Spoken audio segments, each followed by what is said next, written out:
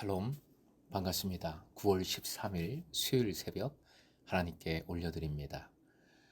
함께 주님의 숲 찬양 부르십니다.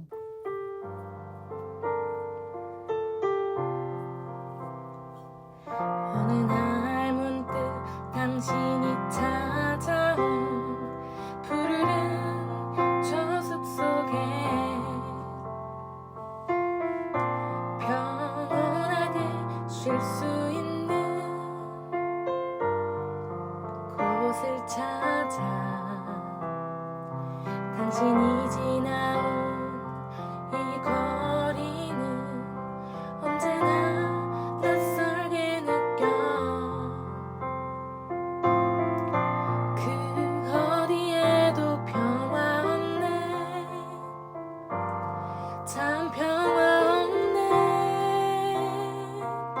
그렇지만 당신의 앞에 펼쳐진 주님의 숲에 지친 당신이 찾아온다면 숲은 두 팔을 벌려 그렇게도 힘들어했던 당신의 지친 어깨가 이젠 쉬도록 편히 쉬도록 여기 주님의 숲에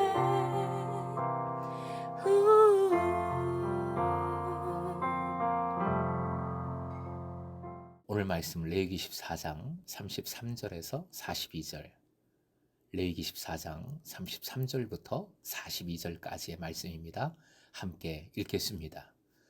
여호와께서 모세와 아론에게 말씀하여 이르시되 내가 네게 기업으로 주는 가나안 땅에 너희가 이를 때에 너희 기업의 땅에서 어떤 집에 나병 색점을 발생하게 하거든 그 집 주인은 제사장에게 가서 말하여 알리기를 무슨 색점이 집에 생겼다 할 것이요 제사장은 그 색점을 살펴보러 가기 전에 그 집안에 있는 모든 것이 부정을 면하게 하기 위하여 그 집을 비우도록 명령한 후에 들어가서 그 집을 볼지니 그 색점을 볼 때에 그 집 벽에 푸르거나 붉은 무늬의 색점이 있어 벽보다 우묵하면 제사장은 그 집 문으로 나와 그 집을 이레 동안 폐쇄하였다가 이레 만에 또 가서 살펴볼 것이요 그 색점이 벽에 퍼졌으면 그는 명령하여 색점 있는 돌을 빼내어 성 밖 부정한 곳에 버리게 하고 또 집안 사방을 긁게 하고 그 긁은 흙을 성 밖 부정한 곳에 쏟아버리게 할 것이요 그들은 다른 돌로 그 돌을 대신하며 다른 흙으로 집에 발을 찌니라. 오늘의 기도 제목, 모든 것을 회복시키시는 주님의 은혜를 덧입게 하소서. 모든 것을 회복시키시는 주님의 은혜를 덧입게 하소서. 본문은 14장의 마지막 단락입니다. 이스라엘 자손이 가나안에 들어가 집에서 살 때를 내다보고 있습니다. 집에 곰팡이가 생기면 어떻게 해야 할까요?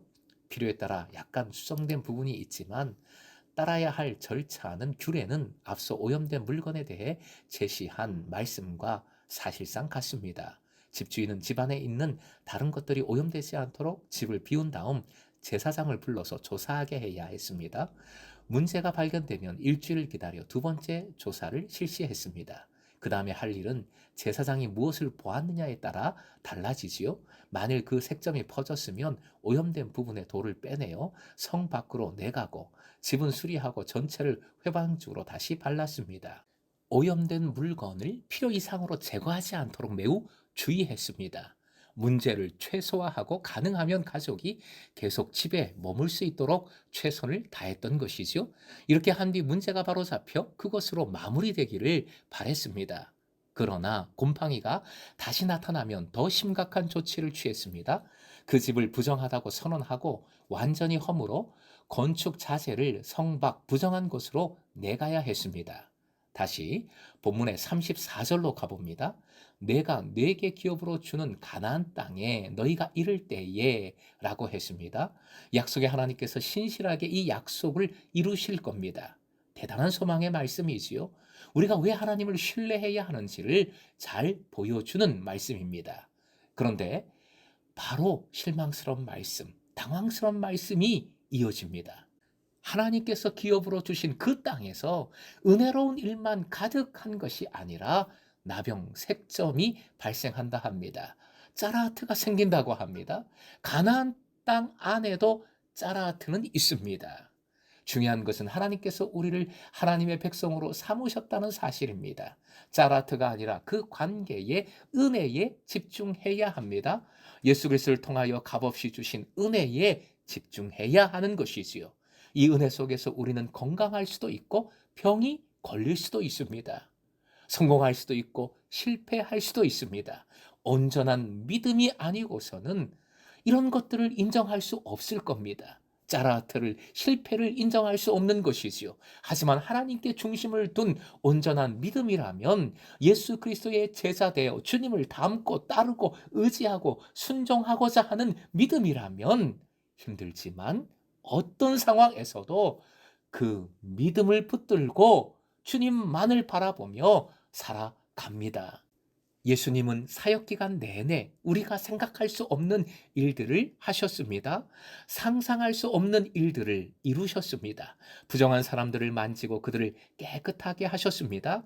주님은 갈릴리에서 길을 가시다가 깨끗하게 해달라는 나병 환자를 치료해 주셨습니다. 사마리아 외곽 지역에 있는 나병 환자들이 말씀으로 치유받았습니다. 이런 것들은 빙산의 일각이지요. 소경이 보며 못 걷는 사람이 걸으며 나병 환자가 깨끗함을 받으며 귀 먹은 사람이 들으며 죽은 자가 살아나며 가난한 자에게 복음이 전파됩니다. 하나님 나라는 예수께서 치유하신 나병 환자와 온갖 더러움에서 깨끗해진 사람들로 가득합니다. 하지만 잊지 말아야 할 것이 있지요. 병을 고치고 부정한 자를 깨끗하게 하고 죽은 자를 다시 살리신 주님의 사역은 갈보리에서 치르신 주님의 더 큰 희생 때문에 가능했습니다. 치유를 가능하게 하는 것은 갈보리의 사랑입니다. 예수께서는 하나님과 분리된 사람들의 부정을 감당하기 위해 십자가에서 자신을 내어주셨습니다. 수많은 불의한 사람들을 하나님께로 인도하시기 위해 의인 한 사람이 그들을 대신한 것입니다. 또한 예수님의 이런 놀라운 사역은 개인의 부서진 삶을 회복하는 데만 국한되지 않습니다. 예수님의 갈보리 죽음은 하나님께서 죄의 다른 차원들을 정복하고 손상되고 파괴된 하나님의 창조 세계를 새롭게 하시려고 선택한 방법이기 때문입니다. 죄는 개인적인 것뿐만 아니라 사회 제도적인 것에도 있고 환경에도 들어 있습니다. 골로새서 1장 20절이요. 함께 읽습니다. 그의 십자가의 피로 화평을 이루사 만물 곧 땅에 있는 것들이나 하늘에 있는 것들이 그로 말미암아 자기와 화목하게 되기를 기뻐하심이라. 유진 피터스는 골로새서 1장 20절을 이렇게 멋지게 표현했습니다. 역시 같이 읽겠습니다. 사람과 사물, 동물과 원자할 것 없이 깨지고 조각난 우주의 모든 파편이 그분의 죽으심과 그분이 십자가에서 쏟으신 피로 말미암아 제자리를 얻고 서로 어우러져 힘찬 조화를 이룹니다. 사랑하는 금성의 제자 여러분, 주신 기업을 붙드십시오. 반드시 허락해 주시는 기업이 있는 줄로 믿습니다. 그리스도를 통하여 주신 은혜를 붙들어 조화로운 삶을 살아가십시오. 기업 은혜입니다. 바로 지금 주시는 은혜를 덧입고 은혜를 전하여 이 세상을 아름답게, 이 사회를 행복하게, 사람들을 더욱더 기쁘게 만들어가는 주님의 제자 되시길 주님의 이름으로 축원드립니다.